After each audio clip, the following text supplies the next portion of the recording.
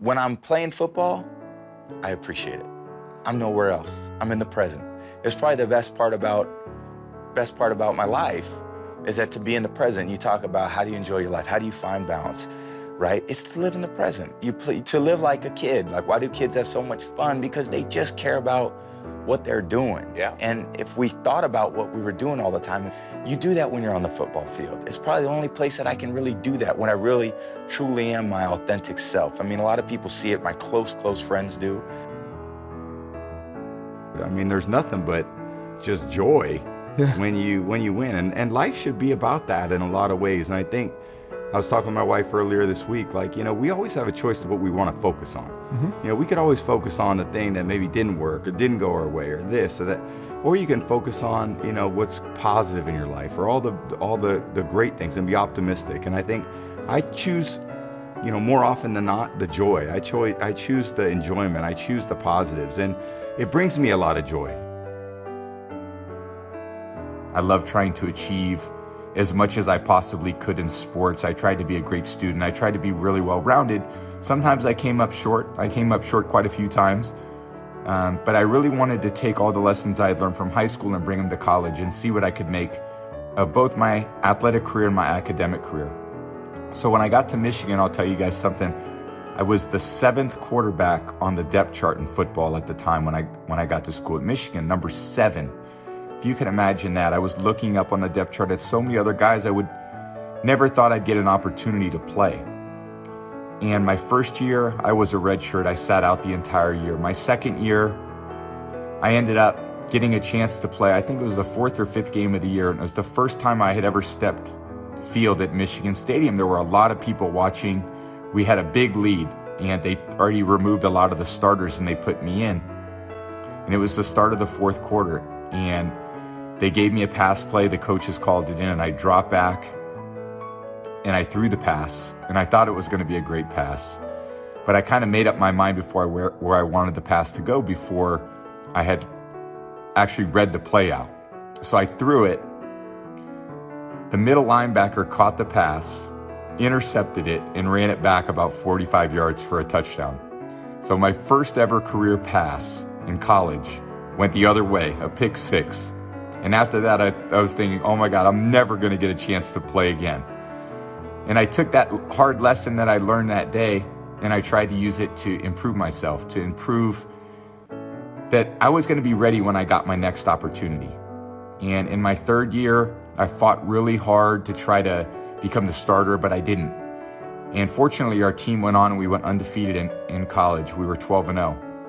And I was the backup quarterback that year, and I had learned a lot from the people above me. The guys who started, Brian Greasy, who was a really great player. I learned a lot from him, how to be a great leader and how to gain the trust of my teammates. And in my 4th year, I finally got a chance to play in college. And I thought, oh, pro, I'm going to go pro. This is not going to be a problem. I'm going to go play pro football like I had imagined I would throughout my college career.